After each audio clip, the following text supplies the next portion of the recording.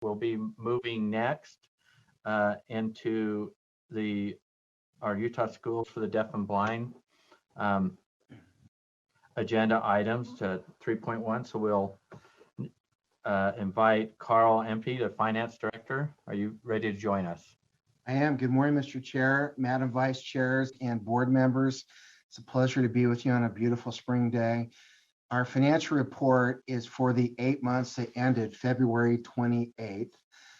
We are financially solvent. Our inflows from the state and transfers from the state and the state office totaled 29.6 million. And I'm just going to round up on these numbers. Our expenses totaled 25.9 million.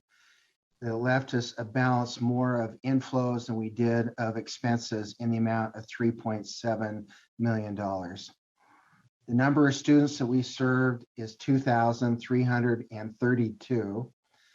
Our enrichment fund balance is 1.4 million.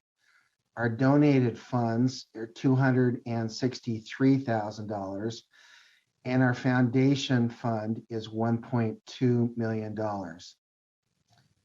Of the next following report is the budget status report that just gives all of the granular details supporting our inflows and our expenses. The next report is the enrichment funds report. Of the 1.6 million that our advisory council and you as a board have approved in projects of 1.6 million, we've spent $423,000, leaving us a balance of $1.2 million for the remainder of the year. If you have any questions, I'd be happy to answer and give any of the specifics on those numbers that I've reviewed. Okay, questions from board members? I'm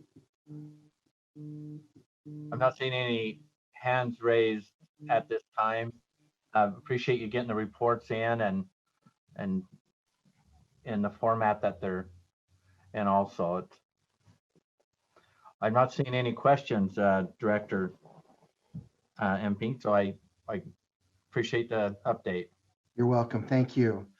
The next item I can cover that is a contract that we have before you for a Medicaid billing vendor. Just to give a little background, the State Department of Health is currently in the process, and they've been working on this for the past year, of changing how we and the other LEAs bill for Medicaid services that we provide to the students from a bundled rate to a fee for service rate, which is going to dramatically increase our workload in order to prepare and submit the bills on a monthly basis. They're looking to have this in place by the beginning of this next school year. So we reached out to a bunch of LEAs throughout the state to see how they are handling it and will handle it. And they have contracted with vendors to help them prepare and submit the bills. So we developed an RFP, submitted that or sent it out on the street and received some proposals. The responses that we got in the proposals weren't satisfactory to us. So we redrafted the RFP and reissued it. And we got 3 strong proposals in, and we selected a group called Public Consulting Group, PCG, in order to assist us with this increased workload for the billing. We coordinated with Zach Christensen on your staff on the purchasing side. Once we got the draft contract from the vendor, we ran those past Brian Quisenberry and Michelle Buse, and they both submitted very helpful comments that we amended the contract with. So the contract that you have before you is the final draft of the contract. We estimate, or the State Department of Health estimates our revenues, or at least the billings that we'll submit, will increase from $900,000 up to about $2.3 million next given year. So we're going to be getting compensated more for the services we've been providing historically that we haven't been reimbursed for. So this new contract will assist us with the workload. So I'd be happy to answer any questions that you may have. Okay, questions, comments from board members?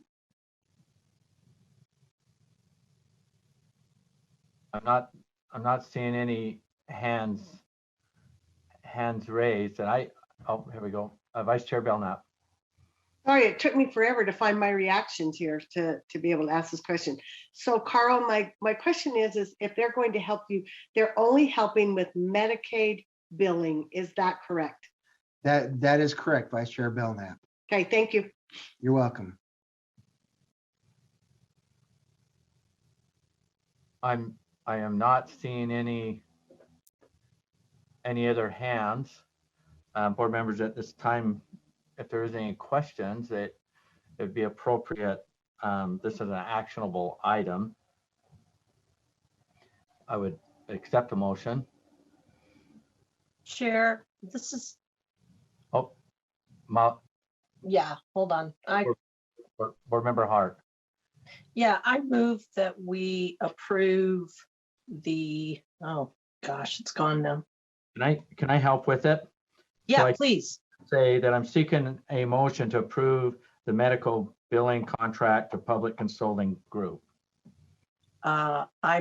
Yes, I move to approve the contract for the Medicaid billing consulting group.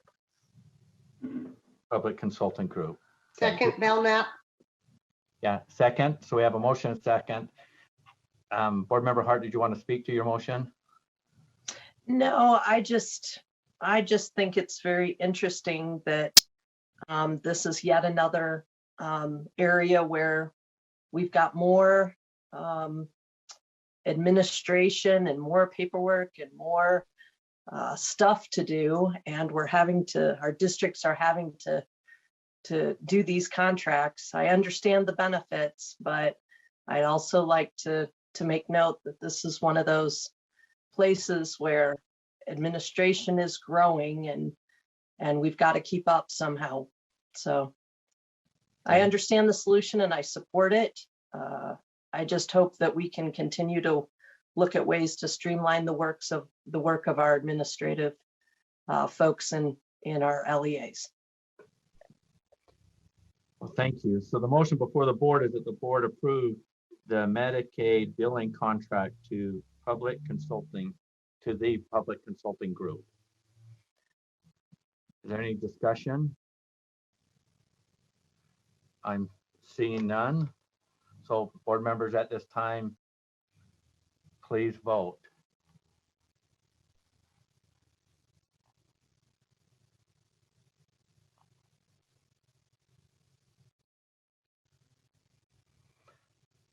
Okay, it appears the voting's complete and the voting is unanimous. Thank you.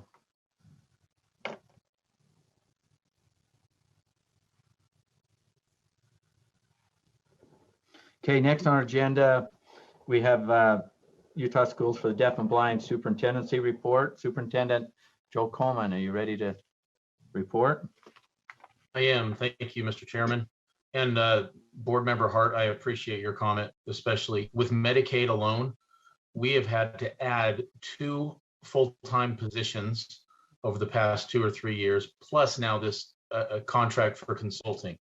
And every time, you could ask Carl sometime, every time he comes to me and says, we don't have the capacity, there's more regulations, more requirements. I say, well, every position we add, we can't put someone in a classroom, which is always growing across the state. So I appreciate you recognizing that. That's just, I think, how government is some days. So my report today, I have several items, board members. The first of which I thought I would give you a quick update on our COVID updates and testing. We've only issued or conducted a few tests in the past couple of weeks. Of course, we've had spring break last week and this week, depending on which campus we're on, what part of the state. And so, but even before that, we're down to just an occasional testing here and there, and we have 0 people on quarantine now. I feel like my kids' lacrosse or hockey games where you have a power play and you got someone in the penalty box, and we're back to full strength. right now. So it's very nice.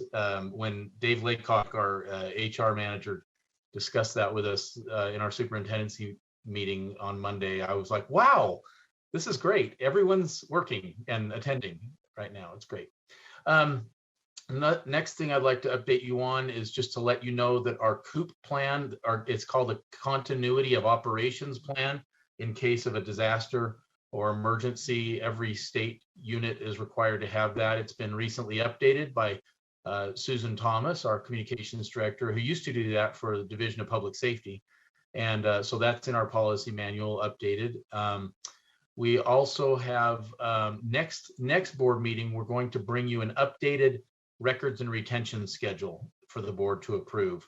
We've been working on that a bit also. It wasn't prepared for today's meeting, but next month we'll do that. We have continued to hold our quarterly focus groups with parents that we started a couple of years ago. And we do them via Zoom. They're usually in the evenings or whenever it's most convenient for parents. And gotten some good feedback. Not many parents are coming out. We will usually have 1 or 2 or 3 at the most in our biggest campus usually. But we've got superintendency members and the directors there, and it's kind of neat. It's almost like having ongoing parent-teacher conferences all the time. And so I've gotten to meet and discuss and share things with different parents who've had great access directly to the superintendency, and that's something that we really enjoy doing. I will say we basically ask them 2 big questions. First, we say, what's working well for you? What practices do you like with USDB? And the second thing, we tell them, don't be shy. We're here for feedback. Tell us what we need to improve on. And we just have an open forum like that. So that's been really good with the parents. And I'd like to compliment the 2 associate superintendents and the directors of each program for organizing those. Budget formulation process. We are still in the midst of doing that, and we will have a budget for you before the deadline next month or the month after, I think, so that you can see that. There's so many moving parts, but I think we're finally nailing it down. And so more to follow next month on that. With teacher licensing, if you remember the beginning of the school year, I brought you a list of 16 teachers whose licenses had issues and challenges getting through. We've resolved 2 of those through an appeals process that they were licensed, and so that's good. Another, I don't know, 3 or 4 are probably not coming back, and then we still have about 10 that are really having a difficult time, and now we're recruiting and hiring, and so we're going to have a whole new batch. It seems like that backlog just never quite goes away. So we're struggling through getting our folks licensed, but we're still working on it. And I mention this just because I noticed on April 16th, you have a study session scheduled, and I'm really looking forward to listening in on that and hopefully even perhaps participating with you and sharing some of our specific concerns. And I will have the associate superintendents join me there too. Mostly it affects our deaf school. The blind school, with 1 or 2 exceptions, does pretty well with licensing through special ed. But that'll be a good conversation. We're looking forward to it. The next item I have on my list is something we brought up to our advisory council in our recent meeting, and we haven't made any decisions or anything, but it was just an idea. And I wanted to get your feedback on the board if you had any problems with it. One thing I suggested to them, and they're thinking about it, noodling on it. We'll talk about it in our next advisory council meeting. But after the requirements to have virtual meetings, after we get past that time and we can meet in person again, we thought about maybe holding our meetings with the advisory council quarterly in person, and then the other 2 months meeting virtually still, because it really worked very well on so many levels. And of course, it's kind of up to the advisory council to do that. But I wanted to know if any of you board members had any feedback or preferences on that. You can think about it if you want, or we might go every other month, online and then in person or something like that. But we're looking at things that we might have learned during the pandemic that could help us in the future. Do any of you have any preferences one way or another, just off the top of your head on that item as we work with our advisory council in the future? Okay, Board Member Hart?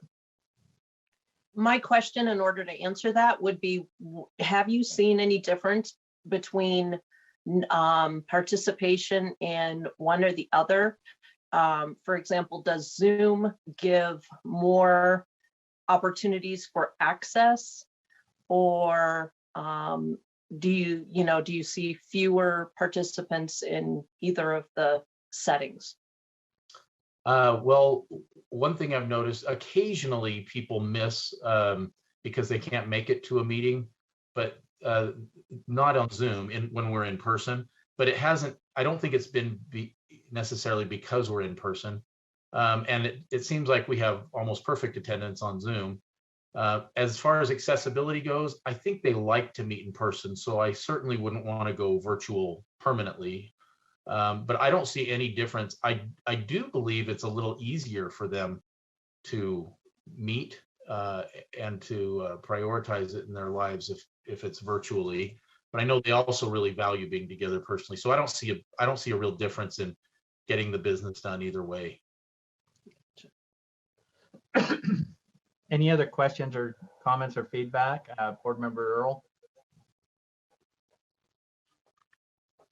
Is that a raising your hand, or is that it is. Sorry, it's getting to the unmute and everything. My comment is, and I'm hoping the legislature continues this, where you're able actually to get online, even though it's still being held in person. I don't know if there has to be a give and take on that, but still that availability.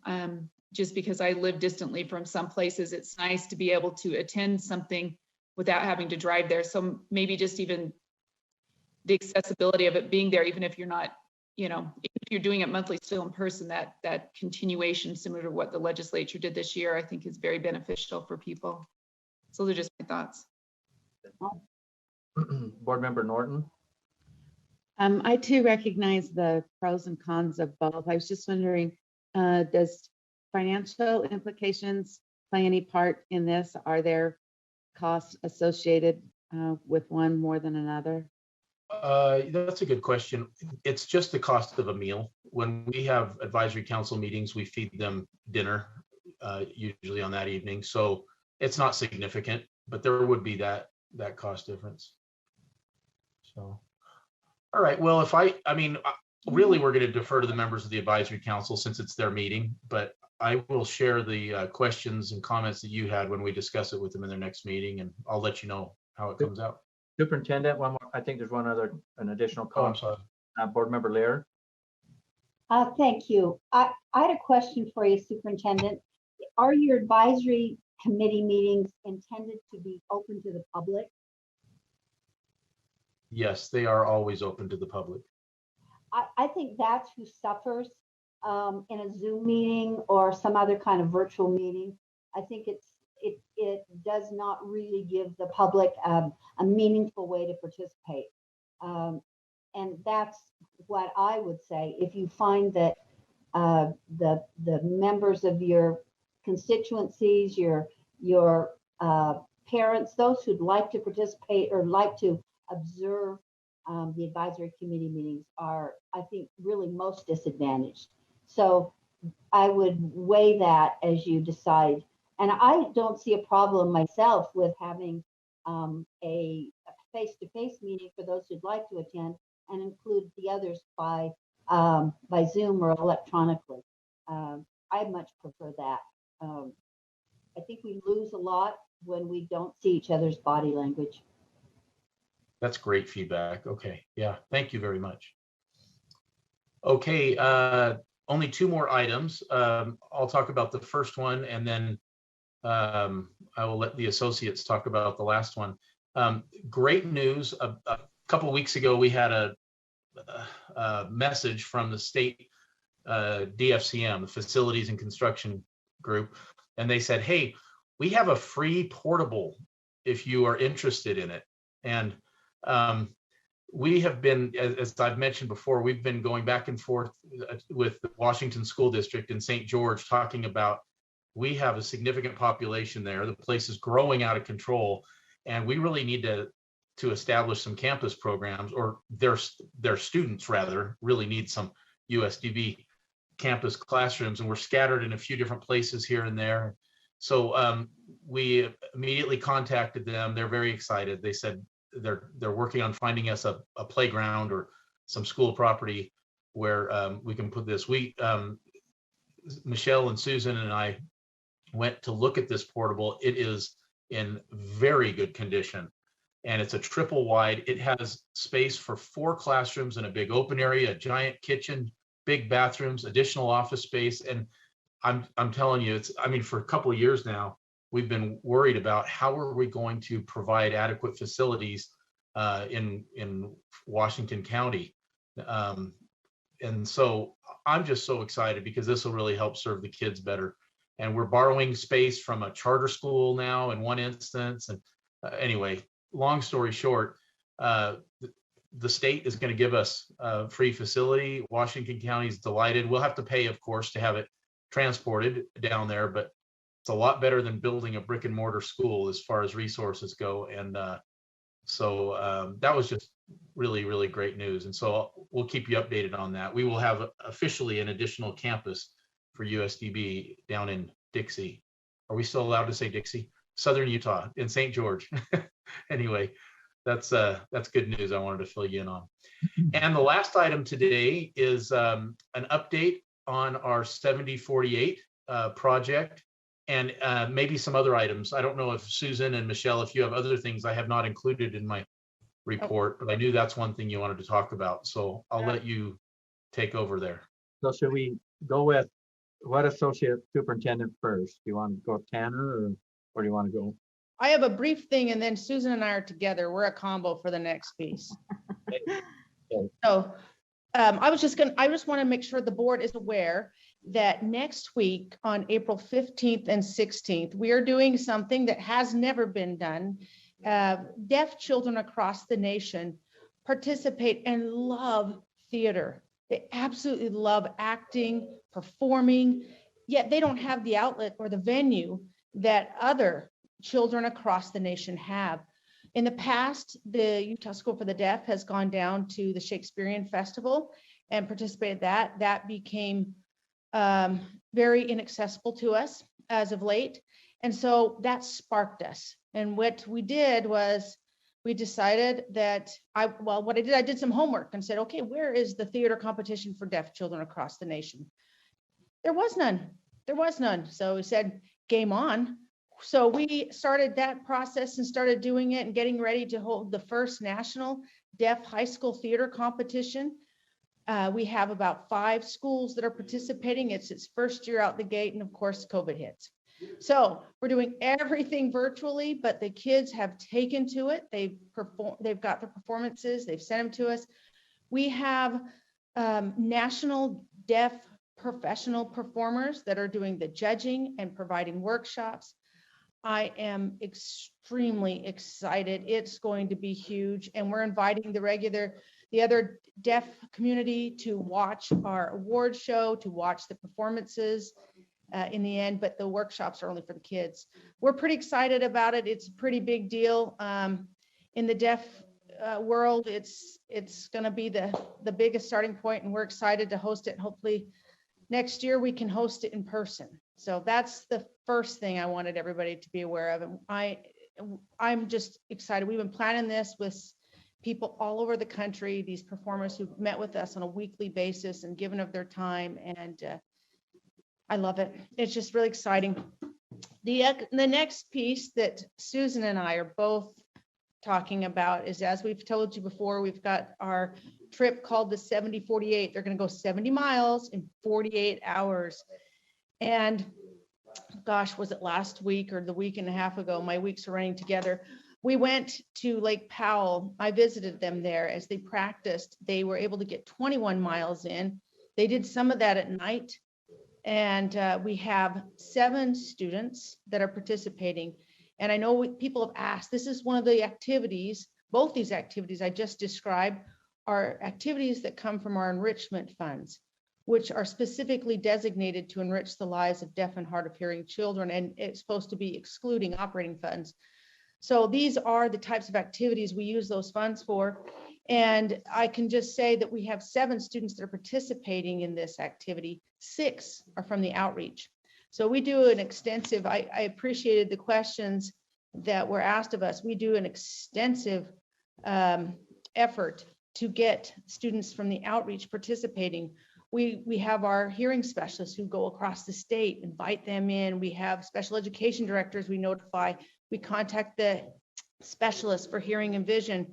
We also take the time sometimes to go to their high schools and just put flyers out and hope and pray for if there's a deaf or blind student that we haven't reached there.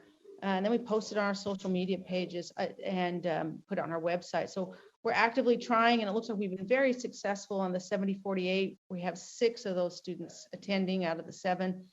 They were incredible. Some of them are, there's all different varieties in their hearing losses, all different varieties in their vision losses, and they came together. We weren't always in sync, so we're hoping that gets better.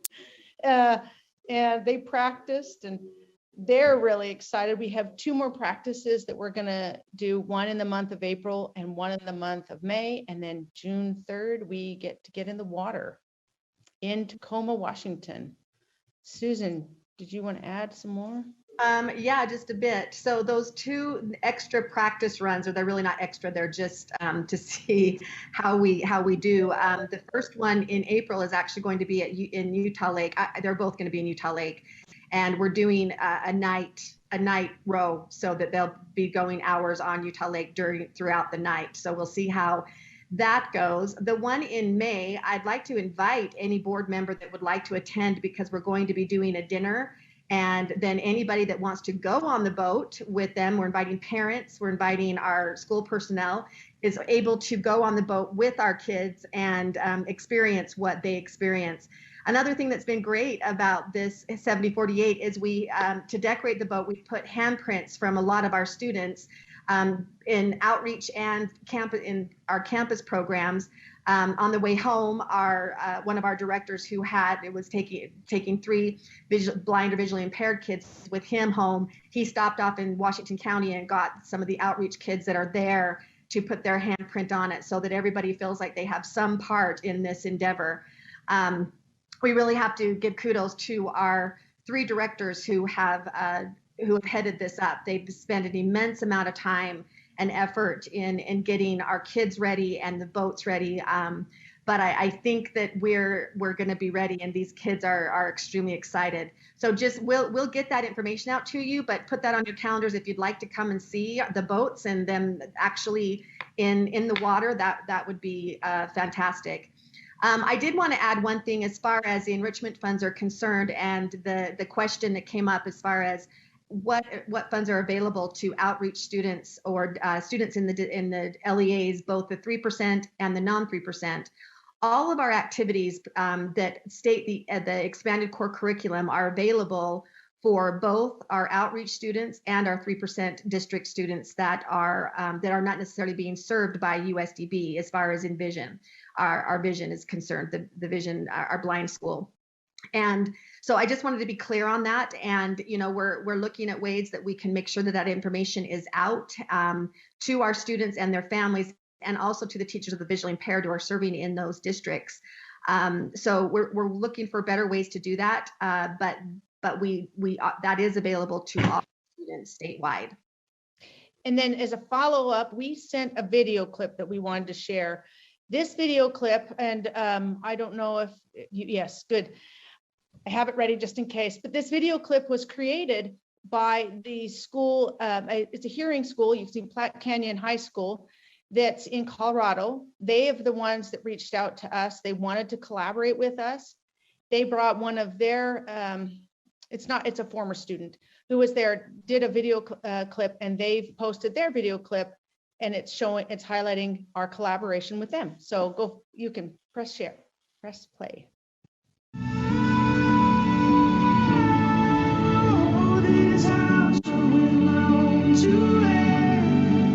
So you can make it up.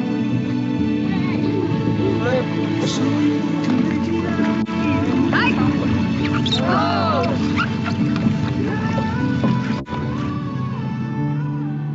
So the yacht club originated from Austin and myself just dreaming. I was like, well, they have this new race, the 70-48, and Austin's like, I want to build boats. And I was like, well, I want to do the race. And so we just put the two together. And so here we are. The race is a human-powered race that goes from Tacoma to Port Townsend. And you have to do the race, which is 70 miles within 48 hours. That's the time limit. Truly, we want to be in the running to win this thing. Like, we want the winners to feel us behind them. No, we want to win.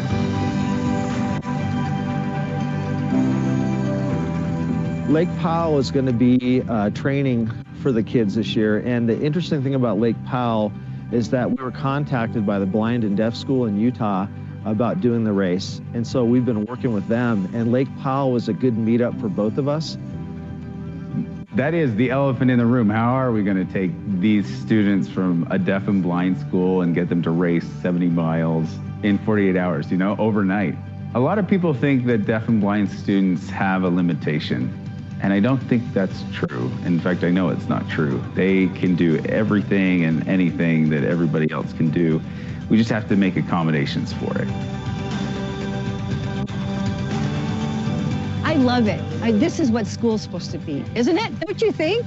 Where you go and you challenge yourself, you work as a team, and you have these teachers that love you, and they make you want to do something bigger than you thought you could, It's kind of the world is just wide open to them, and they get beyond the bubble of this small community. So that's what I want them to do. Get out of the bubble and do things.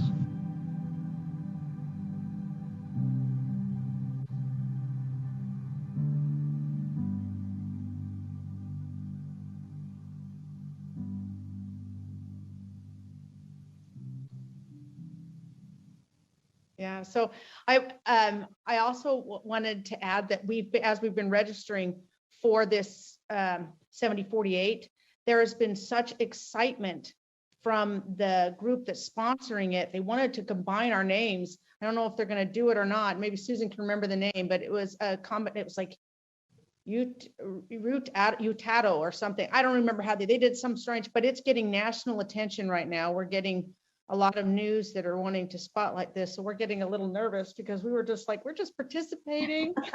We just are participating. And now the national spotlight's looking at it. We're like, oh.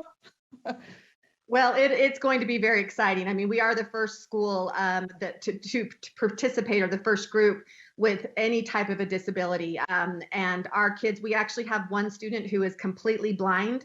So we have somebody behind him, a teacher actually, that is telling him when to move the paddle. So it's taken a lot of accommodations, but the kids are so excited, as are the parents.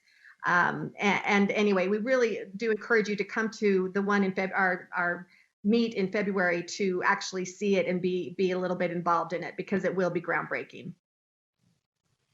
So really a quick question. You brought up, I think the May, you had the one in April, you have the one night one and then the one in May. So if we could get those dates. We'll have those sent to you today. I think it is on May 15th, but I don't know that for sure. So the one in April will be serving the kids dinner, and then they're going to be taking off and going as long as they can through the night. And then the one in May, we're inviting people to it and we'll serve food there, and then people can get on the boats with them, and to see how they're working, to see how our kids with who are blind, visually impaired, and deaf, hard of hearing are working together. So, because that's a feat in and of itself. Well, thank you. Superintendent, you have more to add to your comments? No, sir. That is our report for today, unless board members have additional questions for us on this topic or any other topic. Board members, any questions? Vice Chair Belknap? Yes, I have two questions, Chair. One would be on the questions that were asked earlier and the answers you've given, that you try and reach out to LEAs. You said you're going to try and improve it. So first of all, my question is, what are you doing now? And number two, what is the plan to improve that communication so that the water gets to the end of the row till it gets to the student. Yeah, Well, that's a, Sorry. oh, go ahead, Sue, if you want to. Well, I'd like to just state that, a couple years ago in board rule, it was said that we would be attending every IEP for any blind, visually impaired student in the state of Utah, whether they were a 3% district or not. So whether or not we were serving them or not. I'm not going to lie, we have a little bit of problem there because districts forget to invite us. And so we're not aware of those IEPs. If we can attend those IEPs, and usually it's just kind of a drop-in because we're not really a part of the team that's making decisions. So we're not a decision-making part of that team. However, we are able to explain that, that our those IEP teams and parents have we have resources as far as expanded core curriculum, the short-term programs that are happening on a monthly basis. Parents and teachers have access to our educational resource center. So, and we have actually a pamphlet that we give them. But part of the problem is we're not being invited to some of those, especially in the larger districts. And I understand it gets to be, it's hard to remember to invite us, but they do know that they need to be inviting us. So when I say we need to work better, we need to make sure that they know we need to be invited to those IEPs. That's probably our best way of getting it out. The other thing is we have listservs that reach every TBI in the state of Utah, as far as through Chris Bischke, through the University of Utah. So we do get that information out. And then our expanded core curriculum coordinator, Robin Clark, does a fantastic job of making sure that information goes out through email to the TBIs and also to the students and to the parents. So when I say we need to work on that more, I think we always can work on that, always improve it. And we need to be asking people, what do we need to do to get the information out, to better inform the educators, the parents, and the students. But I would say a big barrier that we have is that we're not being invited to the IEPs, which again, I don't know that that's intentional. I know it's not intentional. I think it is just an oversight, which they need to understand we need to be invited to. And I want to add also to what Susan's saying, Board Member Belknap, one of the things we do once we get to know these students, most often, we will talk directly to the students and say, we got this thing going, it's going to be super exciting. We also send it out through the advertisements it's called the speedometer for all special education directors. We also reach out, we know the contacts for the specialists in hearing and the specialists in vision. So we contact them, let them know we're doing an activity. Just because we're not sure the water's getting to the end of the row, we have taken the effort to go to high schools and give flyers out when we've got an event that we're like, I hope you know about this. And we send it there. We also make sure it's on our web pages. We put it on social media sites.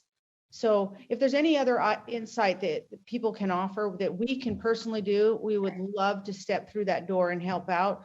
We really, really want to have this available and everyone to be aware of it all over the state. Some of the best stories I have ever had are the students that we took from the outreach. When we went to Peru a few years ago, half the students were from outreach. So I knew we did a good job because we got half the students from the outreach. And the biggest and most, the greatest story that I tell is the students that came from the outreach. It was amazing, the life-changing event that happened for 2 of those students that year. It was incredible. And I just grateful to be a part of it. So we want as many outreach students as we can out there and participating in these events.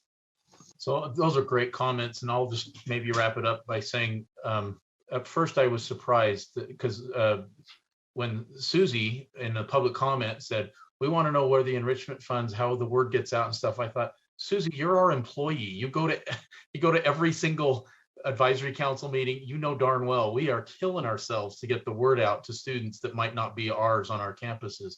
But I'm glad she asked it, and I don't mean to be critical of that because it's a good discussion for the board to hear. I honestly wish there was a way that USDB could get contact information for every family that has a child who's deaf or blind, visually impaired, or hard of hearing. Not for recruiting, but just to let them know what resources we have that they can use on top of their all the good things that their home districts and charter schools are doing for them. And so it's something we get asked quite often. And that's our answer is we're doing everything humanly possible to get the word out there and spread those enrichment funds throughout the state. Thank you. Chair Huntsman, may I continue? Yeah, your second question. Yeah, I just want to make a comment to that last one, that I think that it's going to be our responsibility to get the word out, not expect to be invited to a meeting. And there's got to be a way we can reach into those IEPs. Okay, so my next question is, I'm very concerned about the teacher licensing piece that you brought up, Superintendent Coleman. And knowing how much I actually love sign language, and those who are lovely people who are deaf, I just wonder, where is the breakdown here that we're not getting licensed? Are these students coming out of higher ed not prepared for what's hitting them on the ground? Are we expecting something that's not there? Do we need to do something different at our level for requirements for our deaf educators? That's a great question. And our educators of the deaf, sorry. Yes, probably too much detail, the answer for this meeting, but I will give credit to the USBE staff. Malia and her people under the direction of Jennifer Thronson have been really good talking to us about stuff. And I think some of it may be in board rule, and there's so many different aspects of this that I think maybe I'll be there at that meeting on April 16th, and I'll have at least Michelle and Susan if she feels there are issues too, because I know mostly it's the deaf school right now. But we have a lot of answers for that, and we have specific instances maybe that can help with that. Since the board's looking into it, we're just excited. We really are, because sometimes we feel like it's so ironic. We're having trouble hiring or qualifying people, but it's our own board that owns USDB, so to speak, and it's their rules or processes or whatever that's getting in the way. And I think if the board just knew, then they could help resolve those. So we're really looking forward to that. Thank you, Superintendent. And Board Member Lear.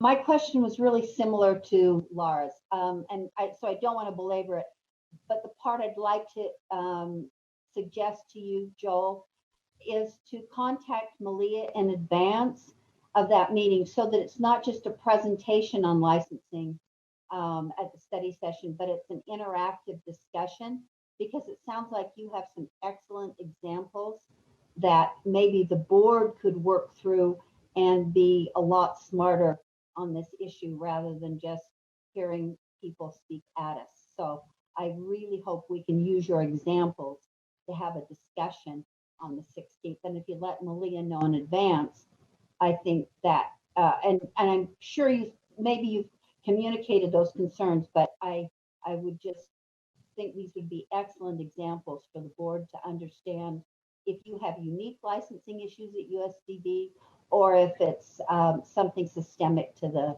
the rules or the problem or the licensing construct generally. Yeah, and I think it's a little bit of both, but we definitely do that. We always really enjoy and appreciate working with Malia and her staff. Superintendent Coleman, Dr. Thompson has her hand raised. So she has a response here. Yes, we've been working with Superintendent Coleman and Michelle to address this issue. What the big issue for deaf education licenses is there's not a lot of programs in the state of Utah that meet our rule. And so we're waiting on another rule that has similar issues. I think it's school psychologist, Malia, yes. And so we're going to bring both of those, because of the availability of programs to allow for licensure are not great in number in the state. So we need to have some increased flexibility. And so those board rules are kind of in our queue of things that will be coming to the board, but we can discuss more at the session. But we are, as staff, aware of the situation and bringing you potential solutions as to how we can solve that in partnership with USDB. Okay. Not seeing any other hands raised. Thank you, Superintendent, and your associate superintendents, and that will conclude this part of our board meeting today. So thank you, USDB. Thank you. board members, we're going to take a 10-minute break. We'll be right back at 5 after 10, and we'll go into the Superintendent Dixon's report.